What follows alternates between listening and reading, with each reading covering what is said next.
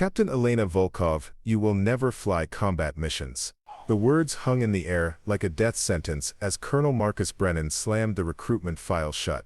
It was March 1943, and the smoky briefing room at Fairhaven Air Base fell silent except for the distant hum of training aircraft. Elena stood at attention, her jaw clenched, brown eyes blazing with defiance. She had just become the first woman to pass every single qualification test for the elite Nighthawk Squadron, the most dangerous deep strike unit in the Allied Air Force. But none of that mattered now. What happened next would not only shatter military protocol forever, but would lead to the most audacious and perilous bombing raid in aviation history.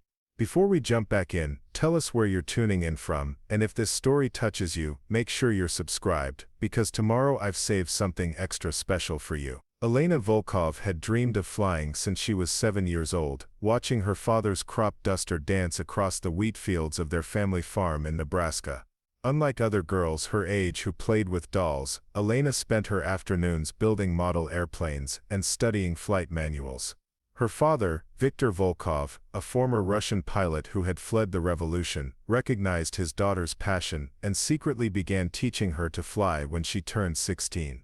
By 18, she could perform aerobatic maneuvers that left seasoned pilots speechless. When America entered the war, Elena immediately volunteered, only to be assigned to ferry duty transporting aircraft from factories to bases. It was honorable work, but it wasn't combat. The Nighthawk Squadron was legendary among Allied forces. They specialized in low-altitude night raids behind enemy lines, striking strategic targets that conventional bombing runs couldn't reach. Their mortality rate was staggering, with only 1 in 3 pilots surviving their first year of service. The psychological pressure was so intense that many pilots cracked before they ever saw combat. Squadron members were handpicked from the best of the best, required to pass grueling physical tests, psychological evaluations, and demonstrate exceptional flying skills under impossible conditions. Elena had not only passed every test but had set new records in several categories, including night navigation and precision bombing in adverse weather conditions.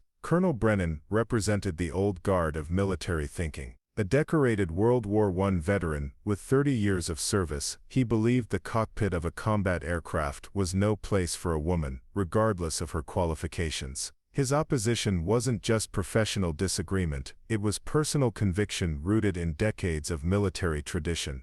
He had lost 2 sons in the Pacific Theater and couldn't bear the thought of sending someone's daughter into the same deadly skies. Behind his stern exterior was a man terrified of making the decision that would send Elena to what he believed would be certain death. He had fought alongside women in support roles and respected their contributions, but combat aviation demanded split-second decisions in life or death situations, where he believed emotion and physical limitations could prove fatal. Preparing and narrating this story took us a lot of time, so if you are enjoying it, subscribe to our channel, it means a lot to us. Now back to the story. The tension in the briefing room was palpable as other officers shifted uncomfortably in their chairs. Major Richards, the Nighthawk Squadron leader, had personally recommended Elena after watching her performance during a particularly challenging night training exercise. He had never seen anyone maintain such composure and precision while flying through a thunderstorm with zero visibility. Flight Lieutenant Thompson, one of the squadron's most experienced pilots, had initially been skeptical of accepting a female pilot, but became Elena's strongest advocate after she outmaneuvered him in 3 consecutive mock dogfights. Even the squadron's ground crew had grown to respect her technical knowledge and unflappable demeanor under pressure. Elena's response to Colonel Brennan's declaration would become the stuff of military legend. Instead of accepting defeat or arguing emotionally, she stepped forward and placed a folder on his desk. Inside were documented reports of every training mission she had flown, testimonials from instructors, and detailed technical analyses of her flying techniques. More importantly, the folder contained intelligence reports about a critical enemy facility that conventional forces had failed to destroy in 7 previous attempts. Elena had spent months studying the target and developing a revolutionary attack strategy that could only be executed by a pilot with her specific combination of skills and experience. The target was the Kronos Manufacturing Complex, a heavily fortified facility deep in occupied territory that produced specialized components for enemy aircraft engines. Traditional bombing runs had failed because the facility was protected by an intricate network of anti-aircraft guns, searchlights, and fighter patrols. The complex was built into a narrow mountain valley, with only one approach route, making it nearly impossible to attack without being detected and destroyed.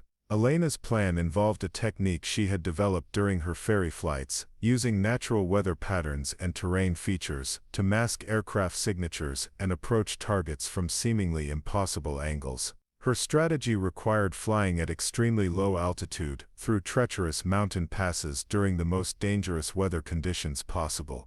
What made Elena's proposal even more audacious was that it could only be executed by a single aircraft. The mission required such precise timing and coordination that multiple planes would interfere with each other and guarantee failure. The pilot would need to navigate through a complex series of valleys and ridges in complete darkness, avoiding detection by ground-based radar and patrol aircraft, then strike the target with pinpoint accuracy before escaping through an equally dangerous return route. The margin for error was essentially zero, and the likelihood of survival was estimated at less than 20% even under optimal conditions. As Colonel Brennan read through Elena's meticulously prepared intelligence reports and tactical analysis, his expression slowly changed from dismissive skepticism to grudging recognition. Her research was thorough, her technical understanding was sophisticated, and her proposed mission profile addressed every major obstacle that had caused previous attacks to fail. More disturbing was the realization that her unorthodox approach might actually work where conventional tactics had failed repeatedly.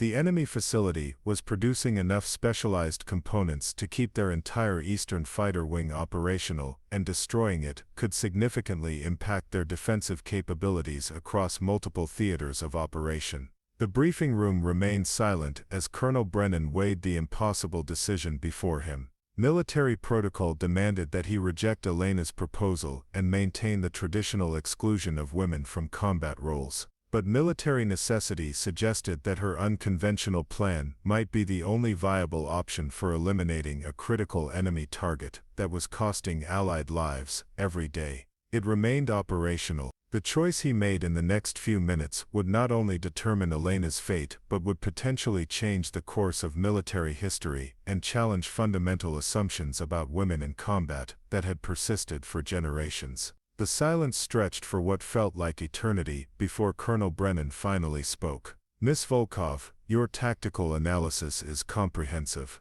He paused, studying the meteorological charts and reconnaissance photographs spread across his desk. "But this mission profile reads like a suicide note written by someone with a death wish." Elena remained at attention, her heart pounding, but her voice was steady when she replied, "Sir, with respect, every successful mission in this war has been accomplished by pilots willing to accept calculated risks. The difference is that I've calculated these risks more thoroughly than anyone has calculated them before." Major Richards leaned forward in his chair, unable to contain his curiosity any longer. "Elena, walk us through your weather analysis. How exactly do you propose to use that storm system as cover?" Elena moved to the large map mounted on the wall, her confidence evident as she began explaining her revolutionary approach. "The meteorological data shows a consistent pattern of low-pressure systems moving through the target valley every 72 hours. These storms create dense cloud cover at altitudes between 500 and 1,500 feet, effectively blinding enemy radar and visual spotters.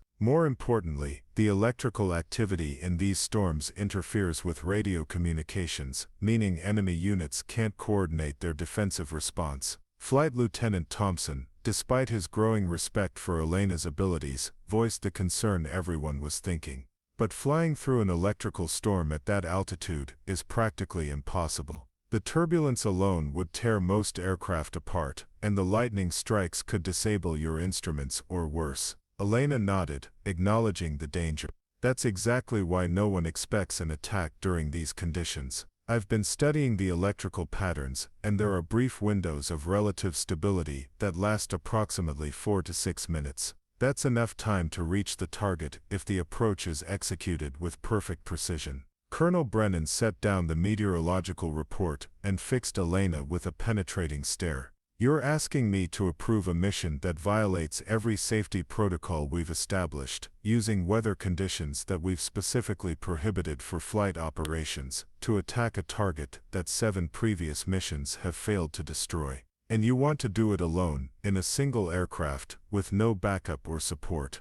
Elena met his gaze without flinching. Sir, conventional approaches have failed because they were conventional. The enemy has adapted their defenses to counter traditional tactics. This mission requires someone willing to attempt the impossible, because the impossible is the only thing they won't expect. The discussion that followed revealed the depth of Elena's preparation and the audacity of her proposal. She had spent months analyzing enemy patrol patterns, studying captured intelligence reports, and developing contingency plans for every conceivable scenario. Her target folder included detailed diagrams of the manufacturing facility, identifying the specific structures that needed to be destroyed to maximize operational disruption. She had calculated bomb loads, fuel requirements, and escape routes with mathematical precision that impressed even the squadron's most experienced navigators. Most remarkably, she had identified a critical vulnerability in the enemy's defensive network that previous missions had overlooked entirely. The Chrono-S facility's anti-aircraft defenses were designed to counter attacks from multiple directions, with overlapping fields of fire that created an impenetrable barrier against conventional bombing runs. But Elena had discovered that there was a single approach vector, lasting only 90 seconds, where natural terrain features created a blind spot in their radar coverage. The approach required flying through a narrow canyon at extremely low altitude, but it would allow a skilled pilot to reach the target undetected if they could navigate the treacherous terrain without error. The catch was that this approach could only be used during specific weather conditions, and the timing had to be perfect to avoid colliding with canyon walls in zero visibility. As Elena outlined her escape strategy, the room grew even more tense. After destroying the primary target, she planned to exit through a different route that would take her over heavily defended territory for nearly 200 miles. Enemy fighter patrols in this area were known to be aggressive and well coordinated,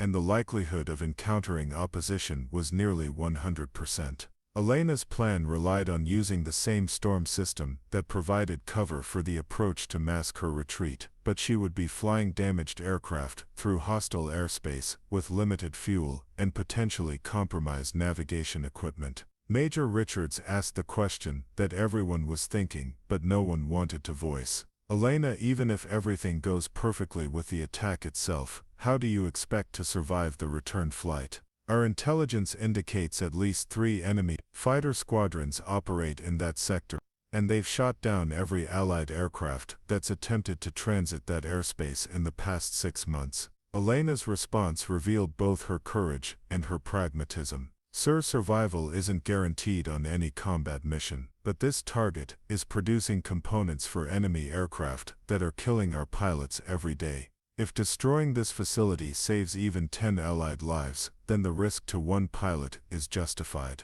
Colonel Brennan found himself facing an impossible choice between military protocol and military necessity. Elena's tactical analysis was sound, her preparation was thorough, and her proposed mission addressed a critical strategic objective that conventional forces had been unable to accomplish. But approving the mission would require him to send a woman into combat for the first time in American military history, violating decades of policy and tradition. More troubling was his growing conviction that Elena might actually be the only pilot capable of executing such a demanding and dangerous operation successfully. The debate continued for hours, as Elena answered increasingly technical questions about navigation procedures, weapon systems, and emergency protocols. Her responses demonstrated not only exceptional theoretical knowledge, but also practical experience that impressed even veteran combat pilots. She had clearly spent countless hours studying every aspect of the mission, anticipating potential problems, and developing solutions for situations that would challenge the most experienced aviators. Her level of preparation exceeded anything Colonel Brennan had seen from pilots with years of combat experience. As the sun began to set outside the briefing room windows, Elena made her final argument. Gentlemen, I understand the precedent this mission would establish, and I don't take that responsibility lightly. But precedents exist to be challenged when circumstances demand it. The enemy isn't going to defeat themselves while we debate whether women belong in combat aircraft. They're building weapons that are killing our people, and I have the skills and the plan to stop them. The only question is whether we're going to let tradition prevent us from winning this war. Colonel Brennan dismissed the other officers, requesting a private moment with Elena. As the briefing room emptied, he walked to the window overlooking the airfield where mechanics were servicing the squadron's aircraft under the harsh glare of floodlights. Miss Volkov, he began, his voice softer than it had been during the formal briefing, I need you to understand something about command decisions that textbooks never teach you. Every pilot I send on a mission carries a piece of my conscience with them.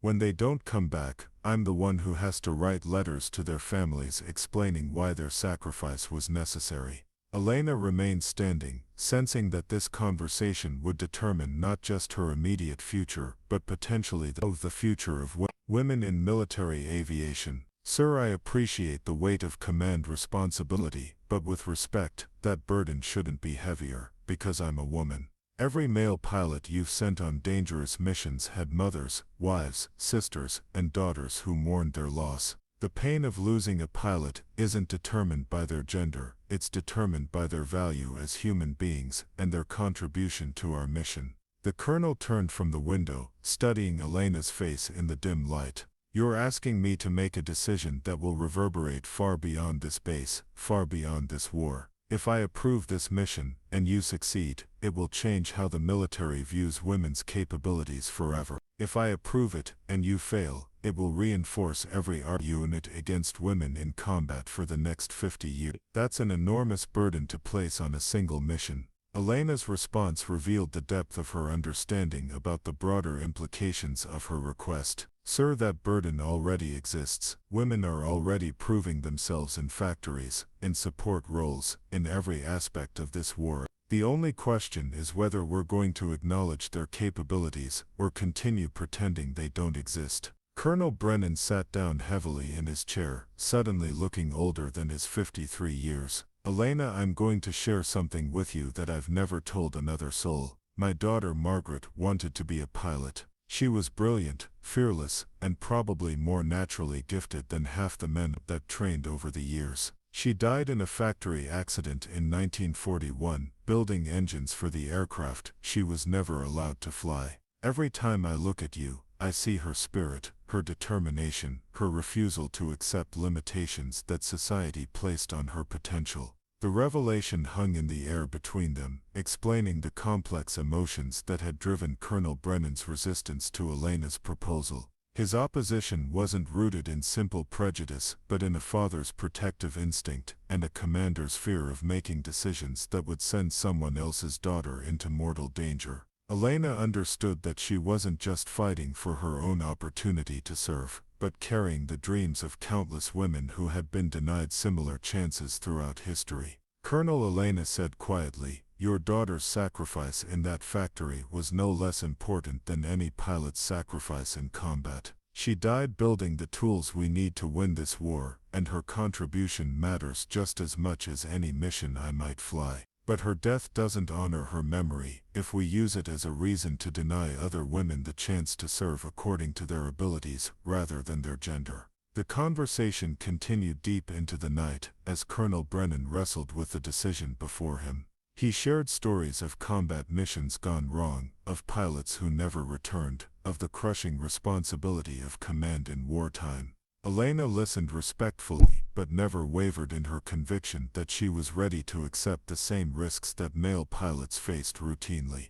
She talked about her training, her preparation, and her understanding that military service inherently involved accepting the possibility of death in service to something larger than individual survival. As midnight approached, Colonel Brennan made his decision. Elena, I'm going to approve your mission, but with conditions that are non-negotiable. Elena's heart leaped, but she maintained her composure as he continued. First, you will undergo 2 weeks of additional specialized training with our most experienced night flying instructors. Second, you will not fly this mission alone. Flight Lieutenant Thompson will accompany you in a second aircraft, providing backup and support during the approach and escape phases. Third, if weather conditions are not absolutely optimal on the scheduled date, the mission will be postponed indefinitely. Elena wanted to object to the modified plan, knowing that having a second aircraft would compromise the stealth approach that was central to her strategy.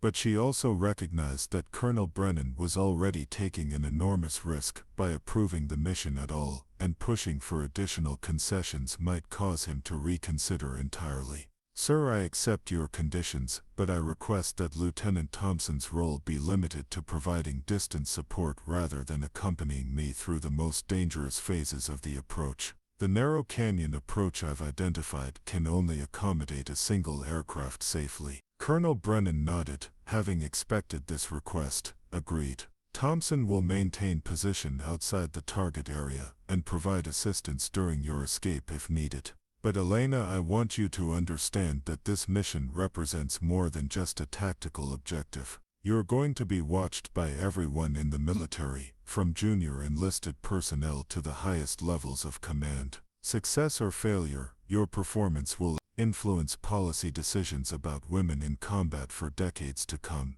The weight of this responsibility was sobering, but Elena had already considered these implications during her months of preparation. Sir, I understand the precedent this mission will establish, and I'm prepared to accept that responsibility. But I also believe that capable people should be judged by their performance, not their gender. If I succeed, I hope it opens doors for other qualified women. If I fail, I hope it's because I made tactical errors, not because anyone assumes failure was inevitable. As they shook hands to conclude the meeting, Colonel Brennan offered one final piece of advice. Elena, combat flying is unlike anything you've experienced in training or ferry duty. The enemy will be trying to kill you with professional efficiency, and fear can make even experienced pilots make fatal mistakes. Trust your training, trust your preparation, but most importantly, trust your instincts. They've gotten you this far, and they're the best weapon you'll have in combat. Elena left the briefing room knowing that she had just crossed a threshold that could never be uncrossed. In 2 weeks, she would either make history as the first woman to successfully lead a combat mission, or she would become a cautionary tale used to justify excluding women from combat roles. The stakes couldn't be higher, but she had never felt more ready to face the challenge that awaited her. The next morning brought a whirlwind of activity that would consume every waking moment for the following 2 weeks. Elena's specialized training regimen was unlike anything the base had ever implemented, combining advanced technical instruction with psychological preparation for the unique challenges she would face. Chief Flight Instructor Captain James Morrison, a veteran of countless night missions over occupied Europe, had initially been skeptical about training a woman for combat operations. However, his professional attitude quickly shifted to grudging respect as Elena demonstrated exceptional aptitude for the most demanding aspects of night flying. The training began with intensive instrument flying exercises designed to simulate the exact conditions Elena would encounter during her approach to the target. Morrison had constructed a series of increasingly difficult scenarios using the base's flight simulator, pushing Elena to maintain precise navigation and altitude control while simulating the effects of severe weather, equipment malfunctions, and enemy interference. Miss Volkov, Morrison explained during one particularly grueling session, flying through that storm system isn't just about keeping the aircraft level. You're going to be dealing with turbulence that will try to tear the controls from your hands, electrical interference that will make your instruments unreliable, and visibility so poor that you'll be navigating purely by feel and instinct. Elena's performance during these simulator sessions exceeded everyone's expectations, including her own. She demonstrated an almost supernatural ability to maintain aircraft control under conditions that left experienced pilots struggling to keep their virtual aircraft airborne. More importantly, she showed exceptional judgment in making split-second decisions when multiple systems failed simultaneously. Morrison began incorporating increasingly complex scenarios into the training, combining navigation challenges with simulated combat situations that required Elena to evade enemy fighters while maintaining course toward her target. The physical preparation was equally demanding. Combat flying placed enormous stress on pilots' bodies, particularly during high-G maneuvers and extended periods of high-stress concentration. Elena worked with the base's flight surgeon to develop a conditioning program that would prepare her for the unique demands of her mission. This included exercises designed to strengthen her core muscles for better G-force tolerance, breathing techniques to maintain oxygen saturation at high altitude, and meditation practices to maintain focus during extended periods of intense concentration. Meanwhile, intelligence officers provided Elena with increasingly detailed information about her target and the surrounding area. Reconnaissance flights had captured new photographs of the Kronos facility, revealing recent changes to defensive positions and the layout of critical structures. Enemy radio intercepts suggested that security at the facility had been increased following recent Allied bombing attempts in other sectors, meaning Elena would face more sophisticated opposition than originally anticipated. The intelligence briefings painted a picture of a target that was both critically important and exceptionally well defended. Flight Lieutenant Thompson, who would serve as Elena's backup during the mission, initially approached his assignment with professional skepticism. He had spent 3 years flying combat missions over occupied territory, and had strong opinions about the tactics and temperament required for survival in hostile airspace. However, his attitude began changing during their first joint training flight. "I have to admit," Thompson confided to Major Richards after the session, "she flies like someone who's been doing this for years. Her situational awareness is remarkable, and she stays calm under pressure better than pilots with twice her experience." The joint training exercises revealed both Elena's strengths and the challenges of coordinating a two-aircraft mission with such an unconventional profile. Thompson's role was to provide distant support during Elena's escape from the target area, but coordinating their movements while maintaining radio silence and avoiding enemy detection required careful planning and flawless execution. They spent hours practicing communication procedures using subtle changes in flight patterns rather than voice radio, developing a system of visual signals that would allow them to coordinate their actions without alerting enemy monitoring stations. As word of Elena's mission spread quietly through the base, she found herself the subject of intense scrutiny from both supporters and skeptics.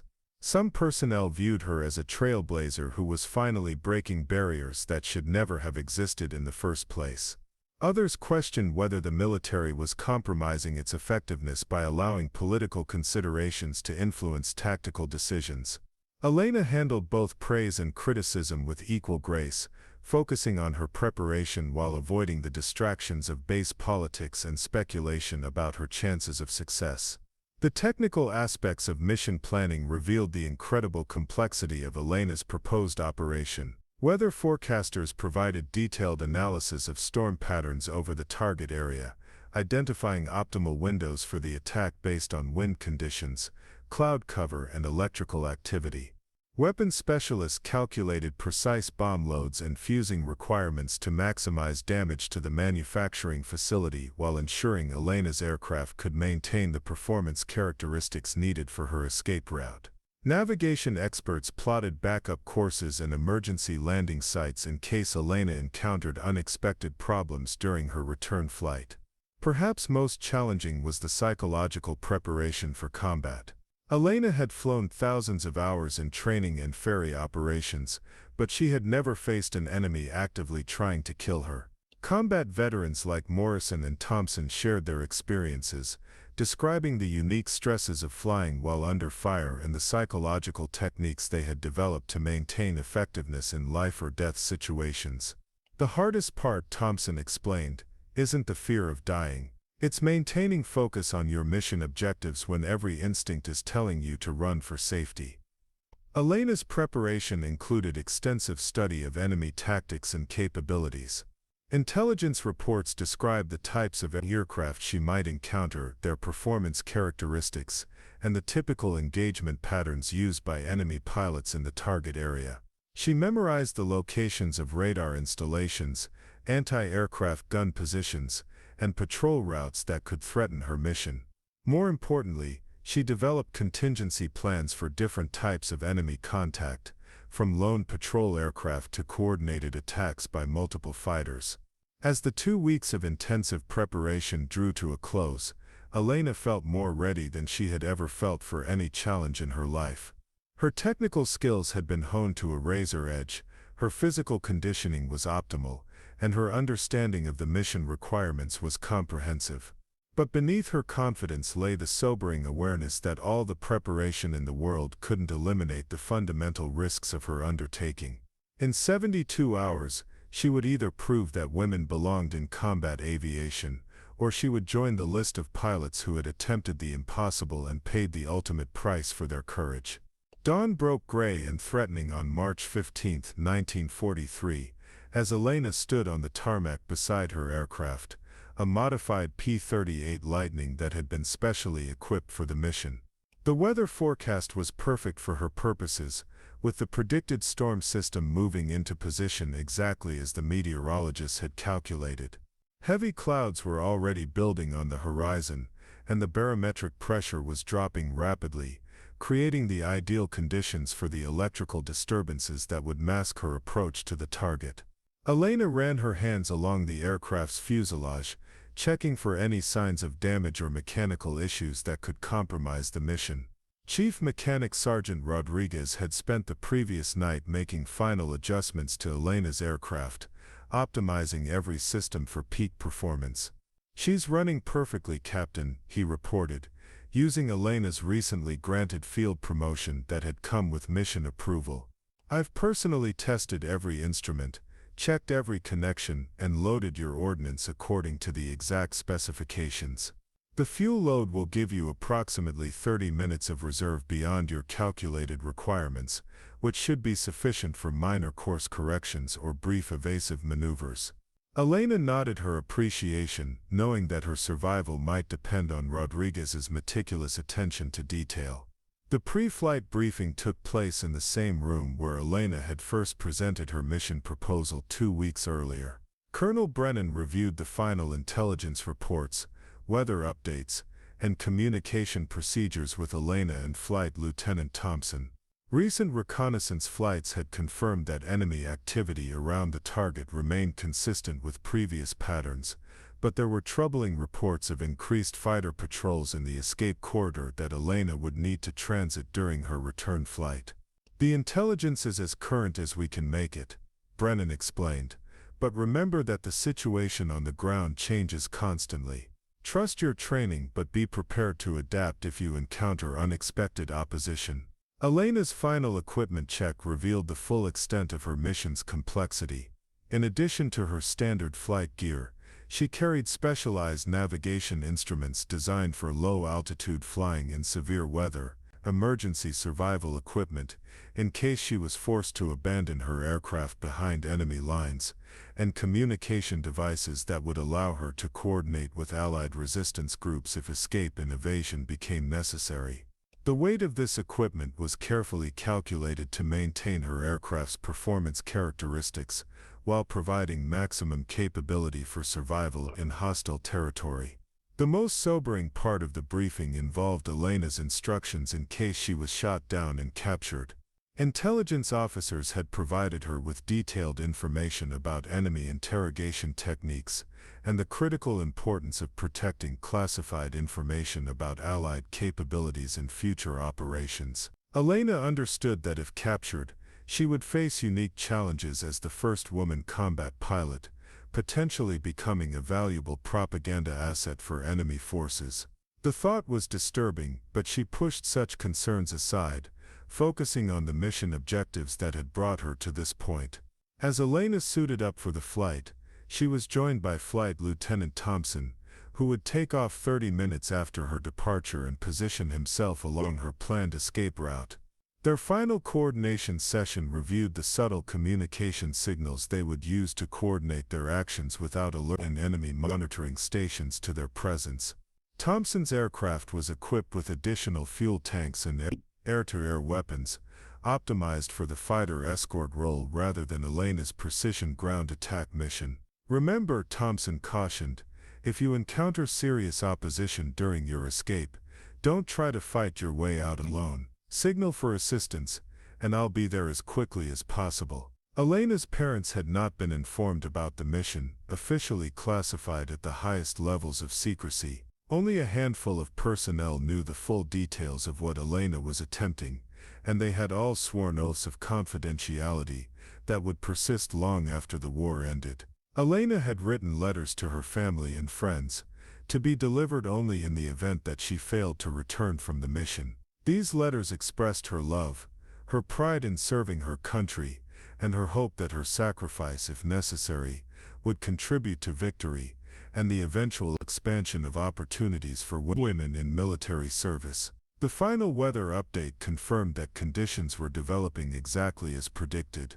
The storm system was intensifying rapidly, with lightning activity increasing and cloud cover thickening over the target area. Visibility was dropping toward zero, and wind conditions were becoming increasingly turbulent. For conventional military operations, these conditions would have grounded all aircraft indefinitely. For Elena's mission, they represented the optimal window of opportunity that might not occur again for weeks or months. Colonel Brennan accompanied Elena to her aircraft for the final pre-flight inspection and departure procedures. As they walked across the tarmac, he shared his final thoughts about the mission and its broader implications. Elena, regardless of what happens today, you've already accomplished something remarkable. You've forced all of us to reconsider assumptions we've held for decades about women's capabilities in combat situations. Whether this mission succeeds or fails, you've opened a door that can never be completely closed again. Elena appreciated his words, but her focus was entirely on the challenge ahead and the technical demands of executing her carefully. The moment arrived for Elena to climb into her aircraft and begin the most dangerous mission of her life. As she strapped herself into the cockpit, she felt the familiar rush of adrenaline that came with the beginning of any challenging flight, magnified by the knowledge that enemy forces would soon be actively trying to kill her. She ran through her pre-flight checklist with mechanical precision, testing every system and confirming that her aircraft was ready for the demands of combat flying in severe weather conditions. Elena's engines roared to life, their sound echoing across the airfield as she prepared for takeoff. Ground crew members stepped back as she taxied toward the runway, giving final thumbs-up signals to indicate that everything appeared normal from their external perspective. In a few minutes, Elena would be airborne and committed to a course of action that would either make her a hero or add her name to the long list of pilots who had attempted the impossible and paid with their lives for their courage. As Elena positioned her aircraft at the end of the runway and received clearance for takeoff, she thought briefly about all the people who had contributed to bringing her to this moment. Her father, who had taught her to fly, her instructors, who had recognized her potential, Colonel Brennan, who had taken an enormous risk by approving her mission, and all the women who had dreamed of opportunities like this but had been denied the chance to prove their capability. In the next few hours, Elena would carry all of their hopes and dreams with her into the most dangerous skies in the world. Elena's aircraft lifted off into the gray morning sky at precisely 0800 hour, climbing rapidly toward the towering thunderheads that marked the storm system she would use as cover for her approach. The weather was deteriorating exactly as predicted, with visibility dropping dramatically as she gained altitude and entered the lower layers of the storm clouds. Lightning flickered continuously in the distance, creating an ominous backdrop for the most dangerous mission of her life. Elena felt the familiar exhilaration of flight tempered by the sobering awareness that enemy forces would soon be actively hunting her through the hostile skies ahead. The flight toward enemy territory began smoothly, with Elena's navigation systems functioning perfectly, and her aircraft performing flawlessly. Despite the increasingly turbulent conditions, she flew at an altitude of 8,000 feet, well above the mountain peaks that marked the border between Allied and enemy-controlled territory, but still low enough to avoid detection by high-altitude radar installations. The storm system provided excellent concealment, with dense clouds and electrical interference masking her, aircraft signature from enemy monitoring equipment. As Elena crossed into occupied territory, the peaceful landscape below took on an ominous character. She could see roads and rail lines that carried enemy supplies and reinforcements, towns and cities under occupation, and military installations that represented threats to Allied operations throughout the region. The knowledge that she was now flying over hostile territory where capture would mean interrogation, imprisonment, or worse added an extra-edge tension to an already demanding flight. Elena pushed such thoughts aside, focusing entirely on navigation and maintaining her carefully planned course toward the target. The storm intensified dramatically as Elena approached the mountain range that concealed the Kronos manufacturing facility. Turbulence became severe enough to challenge even her exceptional flying skills, with wind shears and downdrafts that threw her aircraft into the peaks below. Lightning strikes illuminated the clouds around her aircraft, creating spectacular but terrifying displays of electrical energy that could disable her instruments or, in the worst case, destroy her aircraft entirely. Elena had trained extensively for these conditions, but the reality of flying through an active thunderstorm while navigating toward a heavily defended target was more challenging than any simulation could reproduce. Elena's first indication of enemy awareness came as she approached the outer perimeter of the target area. Radio intercepts indicated increased chatter among enemy ground units, suggesting that radar installations had detected unidentified aircraft in the vicinity despite the storm's interference. Elena knew that her window of surprise was closing rapidly, and that enemy fighters would soon be scrambling to investigate the intrusion. The next phase of her mission would require absolute precision in timing and navigation, as she had only minutes to reach her target before enemy forces organized an effective response. The approach to the canyon that would provide concealed access to the Kronos facility tested Elena. The canyon was barely wide enough to accommodate her aircraft's wingspan, with rocky walls that rose vertically for hundreds of feet on either side. Flying through this passage in clear weather would have been challenging for an experienced pilot, but doing so in zero visibility while buffeted by severe turbulence required skills that few aviators possessed. Elena relied entirely on her instruments and her intimate knowledge of the terrain, flying by feel and instinct through the most demanding navigation challenge of her career. The canyon flight seemed to last forever, though Elena's chronometer showed that she was making good time according to her carefully calculated schedule. Every second brought new challenges as crosswinds threatened to drive her aircraft into the canyon walls, while updrafts and downdrafts created dangerous altitude variations that required constant corrections. Elena's hands were steady on the controls, but her heart was racing as she navigated through the treacherous passage that would either deliver her to the target or become her tomb if she made even the slightest error in judgment or technique.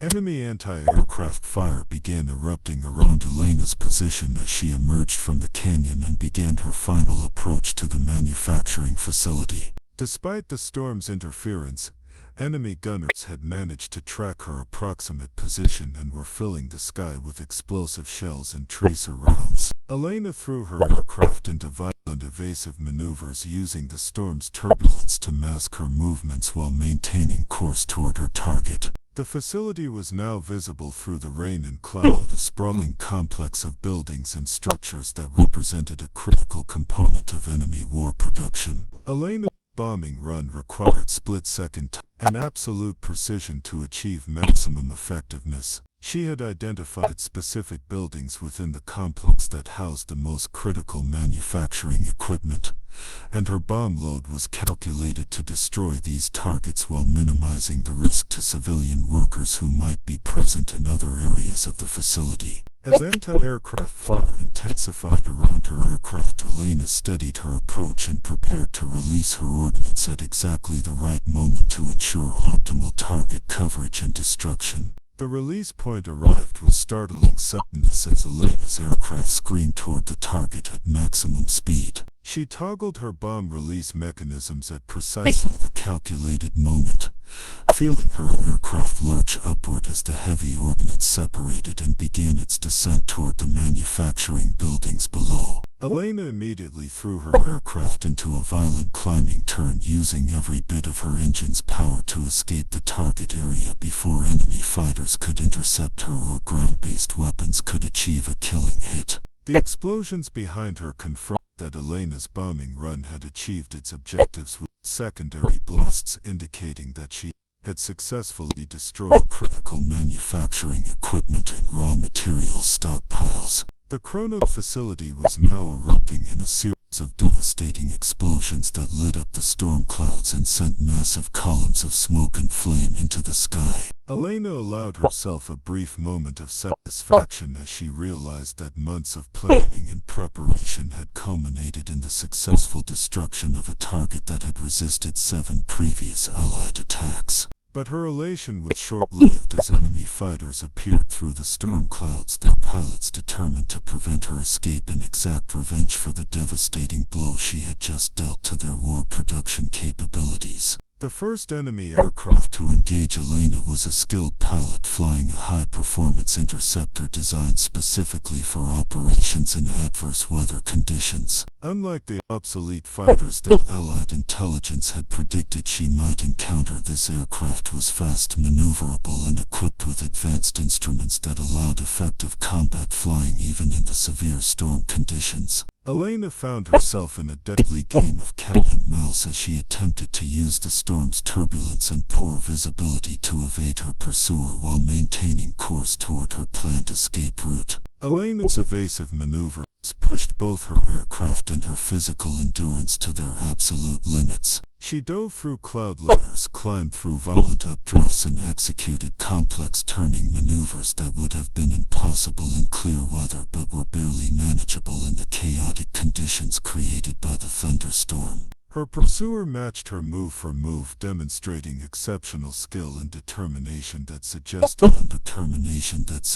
Elena was facing one of the enemy's elite pilots rather than the average interceptor jockey she had hoped to encounter. The chase continued for what felt like hours but was actually less than 15 minutes of the most intensive combat flying Elena had ever experienced. Tracer rounds flickered past her cockpit as the enemy pilot attempted to achieve a killing shot, while Elena used every technique she had learned during her training to avoid presenting a stable target. The storm that had provided concealment during her approach now became both ally and enemy, offering opportunities for escape while simultaneously threatening to destroy her aircraft through turbulence, lightning strikes, or collision with invisible terrain features. Elena's fuel situation was becoming critical as the extended combat maneuvering consumed her reserves at an alarming rate. Her original flight plan had included adequate margins for minor course corrections and brief evasive actions, but the sustained high-power flying required to evade her pursuer was rapidly depleting her tanks.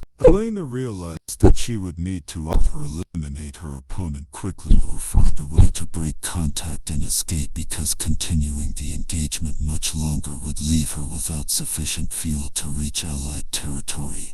The breakthrough came when Elena spotted a break in the storm clouds that revealed the mountainous terrain below. Using her intimate knowledge of the local geography gained during weeks of intensive study, she dove toward a narrow valley that she knew contained hazardous crossroads and downdrafts that had claimed several aircraft during training exercises. Elena was gambling that her superior knowledge of local flying conditions would give her an advantage over the enemy pilot, who would be unfamiliar with the specific dangers of this particular terrain feature. Elena's gamble paid off as her pursuer followed her into the treacherous valley and immediately encountered the severe turbulence that made precise flying nearly impossible. The enemy pilot, despite his obvious skill, lacked Elena's specific knowledge of how to navigate the valley's unique wind patterns and was forced to reduce speed and abandon aggressive maneuvering to avoid losing control of his aircraft. Elena used this momentary advantage to extend her lead and disappear into another bank of storm clouds, finally breaking visual contact with her determined opponent.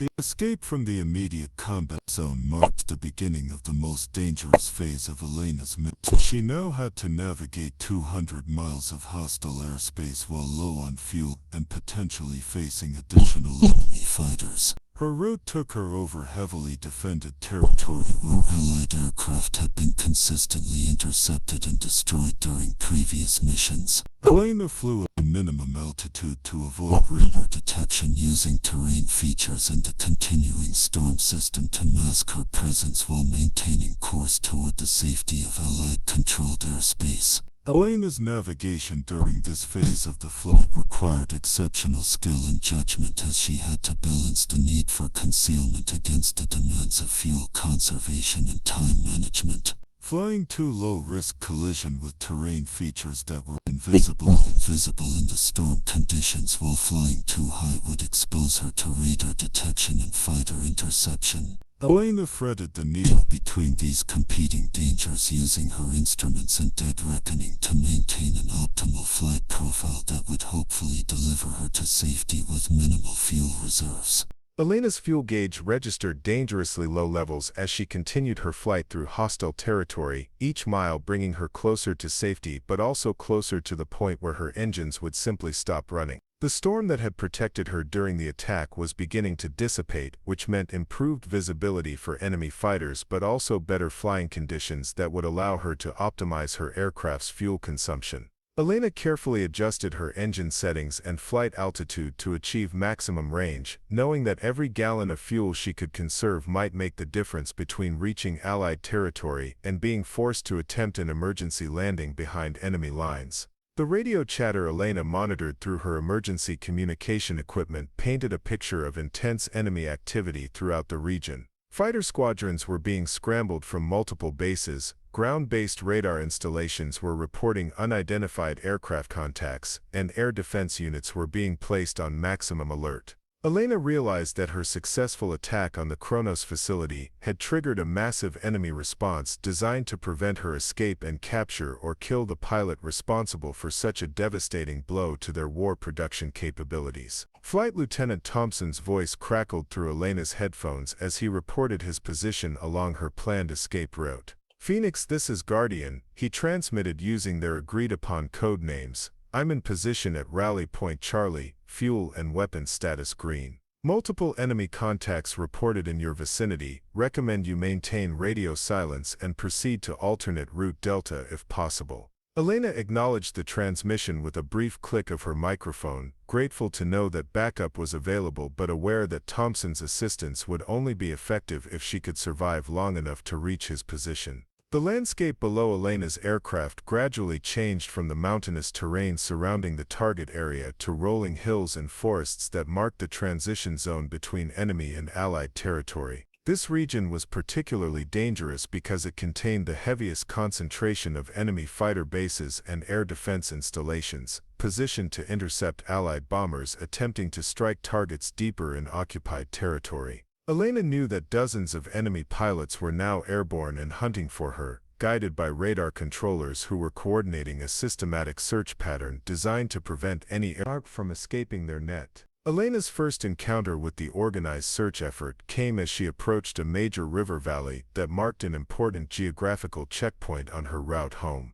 Enemy fighters were patrolling the valley in coordinated pairs, flying search patterns that would make it nearly impossible for any aerial press to pass through undetected. Elena was forced to deviate from her planned course, adding precious miles to her journey while burning fuel she could not afford to waste. The detour took her over even more heavily defended territory, but it was her only option for avoiding immediate interception and destruction. The modified route Elena chose led her directly over a major enemy airfield where she could see fighter aircraft taking off in response to alerts about her presence in the area. Elena flew as low as possible, using buildings and trees to mask her aircraft's radar signature while praying that visual spotters on the ground would not detect her passage. The irony was not lost on her that she was now flying over the very type of facility that produced the pilots who were trying to kill her, but she pushed such thoughts aside and concentrated on navigation and fuel management. Elena's engines began showing signs of fuel starvation as she approached the halfway point of her escape route, with power fluctuations and rough running that indicated her tanks were nearly empty.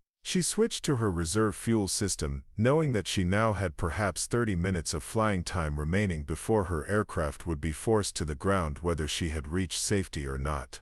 The mathematics of fuel consumption versus distance remaining were not encouraging, and Elena began preparing mentally for the possibility that she might need to attempt an emergency landing in occupied territory. The psychological pressure of flying on minimal fuel while being actively hunted by enemy forces tested Elena's composure and decision-making abilities to their limits. Every engine fluctuation seemed to herald complete power failure, every shadow on the ground appeared to be an enemy fighter, and every mile of hostile territory seemed to stretch endlessly before her. Elena drew on all her training and experience to maintain focus on the essential tasks of navigation and aircraft control, pushing aside fears and doubts that could lead to fatal engine judgment or technique. Elena's salvation came in the form of a weather front that was moving through the region, bringing with it heavy cloud cover and reduced visibility that would provide concealment for the final phase of her escape. She climbed into the cloud layer despite the additional fuel consumption required, trading precious gallons for the protection of reduced visibility.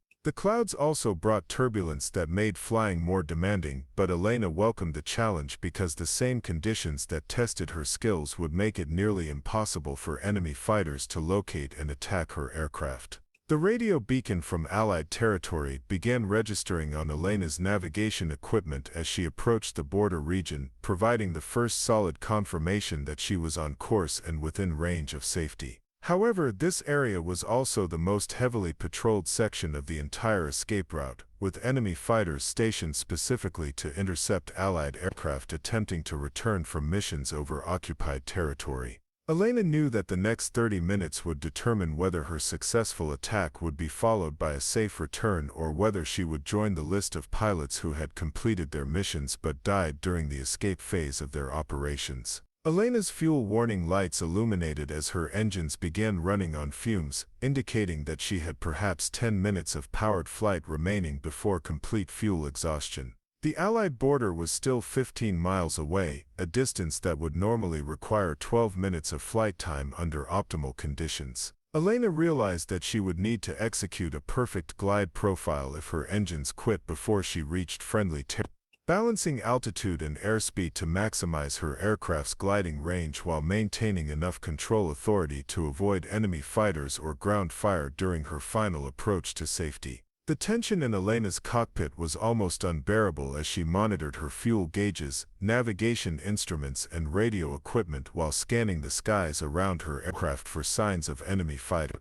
Every second brought her closer to safety but also closer to the point where her mission would end in either triumph or tragedy. Elena had already accomplished more than anyone had thought possible, but she knew that none of it would matter if she failed to complete the final phase of her escape and return proof of her mission's success. Elena's engines began sputtering intermittently as her aircraft crossed into the most dangerous stretch of airspace along the border region, where enemy and Allied patrol sectors overlapped and aerial combat was a daily occurrence. The fuel situation had become critical, with warning lights flashing and engine power fluctuating unpredictably as her aircraft consumed the last drops in her tanks. Elena maintained course toward the Allied beacon, knowing that she was now racing against time in the most literal sense possible, with mechanical failure threatening to end her mission just miles short of safety. The first Allied fighters Elena encountered were not the rescue she had hoped for, but rather a pair of reconnaissance aircraft that mistook her damaged plane for an enemy intruder. Elena found herself in the surreal situation of being pursued by her own side's fighters while her engines threatened to quit completely and enemy continued searching for her throughout the region. The identification procedures required to convince the Allied pilots of her identity would take precious time and fuel she could not afford, forcing Elena to continue flying toward the border while hoping that confusion about her aircraft's origin would not result in her being shot down by friendly fire. Flight Lieutenant Thompson's intervention proved crucial as he appeared through the cloud cover and immediately engaged the confused Allied fighters, using pre-arranged identification signals to establish his credentials and vouch for Elena's identity. Guardian to Falcon Squadron, Thompson transmitted on the emergency frequency, the unidentified airproof Phoenix returning from classified mission, authenticate Papa 77. Request immediate escort to base, aircraft is critically low on fuel and may require emergency assistance. The Allied fighters acknowledged the authentication and immediately shifted from pursuit to escort formation, providing protection for Elena's final approach to friendly territory. Elena's engines finally began failing completely as she crossed the official border into Allied air, with power loss occurring exactly as her fuel management calculations had predicted. The transition from powered flight to gliding was dramatic, with the sudden silence in her cockpit marking the end of the most challenging flight of her career. Elena now had to execute a dead-stick landing approach to the nearest Allied airfield, using only her aircraft's remaining altitude and momentum to reach a suitable runway while maintaining control authority for a safe touchdown. The emergency landing approach tested Elena's fundamental flying skills as she balanced airspeed and altitude to maximize her gliding range while positioning her aircraft for a survivable landing. Allied ground controllers cleared all other traffic from the pattern and activated emergency procedures as Elena's powerless aircraft descended toward the runway. Fire trucks and medical personnel stood ready to respond to any mishap during the landing, while base personnel gathered to witness the return of the first woman to successfully complete a combat mission in American military history. Elena's landing was not graceful, but it was successful, with her aircraft touching down hard but safely on the main runway before rolling to a stop just short of the emergency barrier systems. Ground crews rushed to her aircraft as Elena shut down her remaining systems and began the post-flight procedures that would officially end her historic mission. The relief of being safely on the ground was overwhelming, but Elena maintained her composure as she prepared to exit her aircraft and face the consequences, both positive and negative, of her unprecedented achievement. Colonel Brennan was among the first personnel to reach Elena's aircraft, and his expression revealed both relief at her safe return and amazement at what she had accomplished. "Captain Volkov," he said as Elena climbed down from her cockpit, "intelligence reports confirm that you successfully destroyed the primary target and inflicted massive damage on enemy production capabilities. Your mission was a complete success, and you've proven that women can perform combat operations as effectively." Elena appreciated the recognition but remained focused on the tactical debrief that would provide valuable intelligence for future operations. The initial debriefing session revealed the full extent of Elena's achievement and the strategic impact of her mission on enemy capabilities. Reconnaissance flights had confirmed that the Kronos manufacturing facility was completely destroyed, with damage so extensive that production could not be resumed for months or possibly years. More importantly, Elena's successful penetration of enemy air defenses had demonstrated vulnerabilities that could be exploited in future operations, potentially saving countless Allied lives through improved tactical procedures and mission planning techniques. Elena's personal performance during the mission exceeded every expectation that military planners had established for the operation. Her navigation accuracy was flawless, her bombing precision was exceptional, and her escape techniques under combat conditions demonstrated flying skills that ranked among the best in the Allied air forces. Perhaps most significantly, her ability to maintain tactical effectiveness while under extreme stress proved that women could handle the psychological demands of combat aviation as well as their male counterparts. The news of Elena's successful mission spread rapidly through Allied military channels, generating intense interest from senior commanders who recognized the potential implications for military policy and personnel utilization. Elena found herself the subject of detailed questioning from officers at every level of command, from squadron leaders interested in her tactical techniques to general staff personnel concerned with the broader strategic implications of allowing women in combat roles. Every aspect of her mission was analyzed, documented, and evaluated for lessons that could be applied to future operations. Elena's achievement also generated significant interest from intelligence specialists who recognized that her successful penetration of enemy aircraft provided valuable information about capabilities and vulnerabilities that had been largely unknown prior to her mission. The electronic intelligence she had gathered during her flight, combined with her direct observations of enemy facilities and defensive positions, contributed important data to the overall Allied understanding of enemy capabilities and limitations in the targeted region. The personal cost of Elena's mission became apparent during the medical evaluation that followed her debriefing sessions. The physical and psychological stress of flying a combat mission under such demanding conditions had taken a significant toll, despite her exceptional preparation and conditioning. Elena was experiencing symptoms of exhaustion and stress that were common among combat pilots, but she was also dealing with the unique pressures of being the first woman to face such challenges in military aviation history.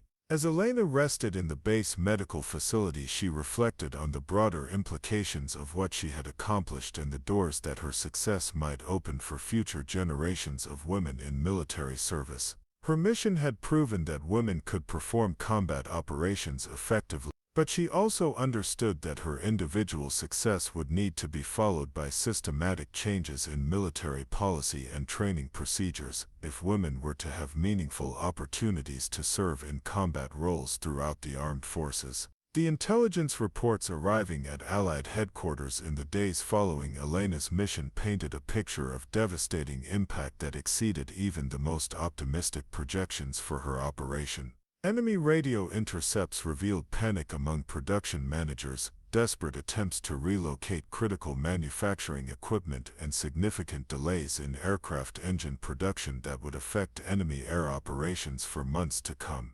Elena's single aircraft had accomplished what multiple large-scale bombing raids had failed to achieve, proving that precision strikes by skilled pilots could be more effective than massive formations attacking heavily defended targets. Elena's recovery from the physical and psychological demands of her mission proceeded smoothly, but she found herself thrust into a role she had never anticipated, serving as a symbol of changing military policies and expanding opportunities for women in combat service.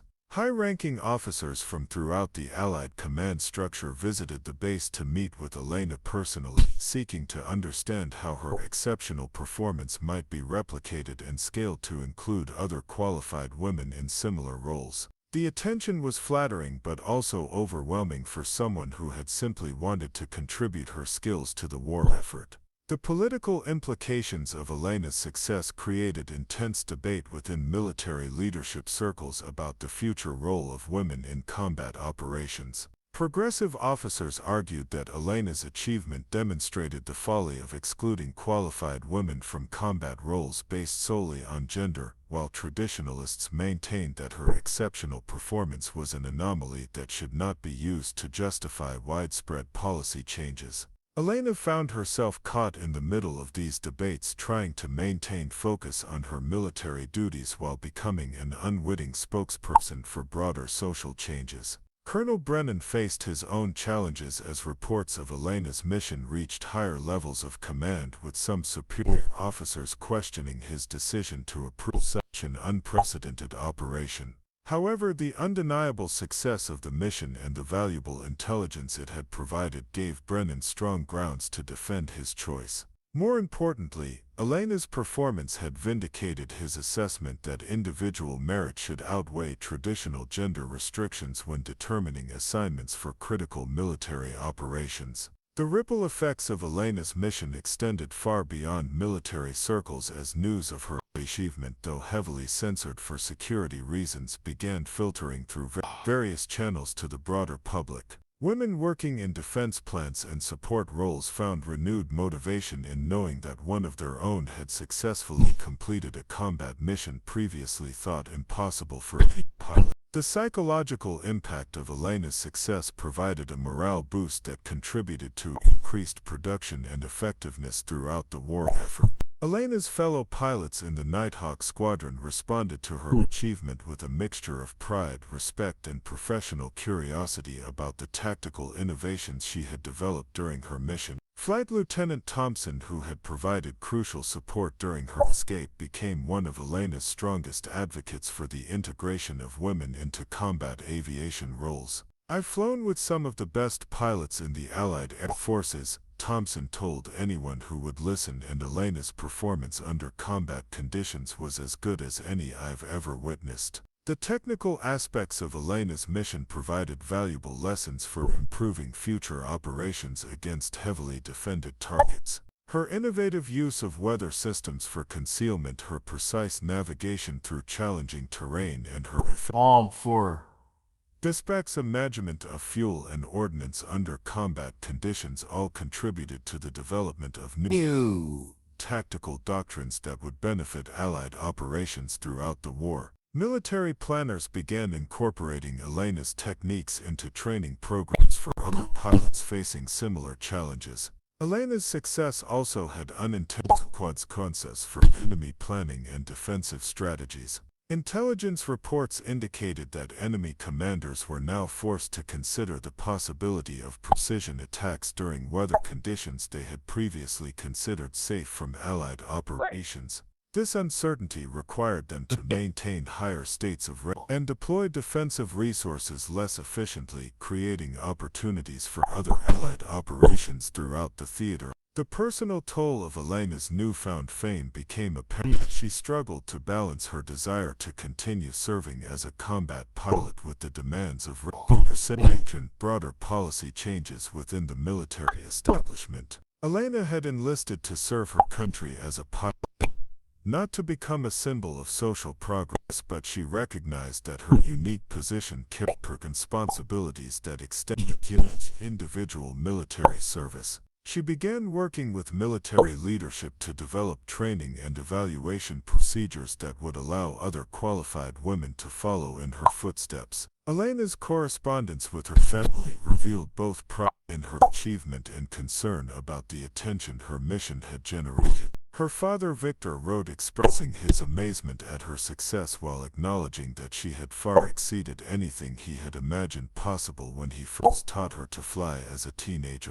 Elena's mother worried about the dangerous missions that might follow, while her younger sister expressed excitement about the possibilities Elena's achievement might create for women of her generation. The strategic implications of Elena's mission continued to unfold as Allied planners recognized that her tactics could be adapted for operations against other critical enemy facilities. The precision and stealth that had made her attack so effective could potentially be applied to strikes against communication centers, transportation hubs, and research facilities that were too heavily defended for conventional bombing approaches. Elena found herself consulted regularly about the feasibility of proposed operations and the modifications that would be required to adapt her methods for different targets and conditions.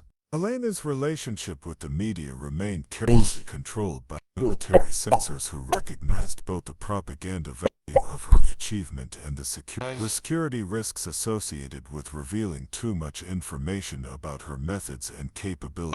Carefully edited accounts of her mission began appearing in newspapers and magazines, inspiring women throughout the Allied nations while maintaining the secrecy necessary to protect future operations. Elena herself remained largely unavailable for interviews, focusing on her continued training and preparation for additional missions. The long-term impact of Elena's achievement on military policy remained unclear as bureaucratic and political considerations complicated efforts to expand combat opportunities for women. However, her undeniable success had created a precedent that would be difficult to ignore when the war ended and military leaders evaluated the contributions of all personnel who had served in combat roles. Elena had not only proven her own capabilities but had opened the door to possibilities that previous generations of women could never have imagined. But next you've got two more standout stories right on your screen. If this one hit the mark, you won't want to pass these up. Just click and check them out. And don't forget to subscribe and turn on the notification bell so you don't miss any upload from us.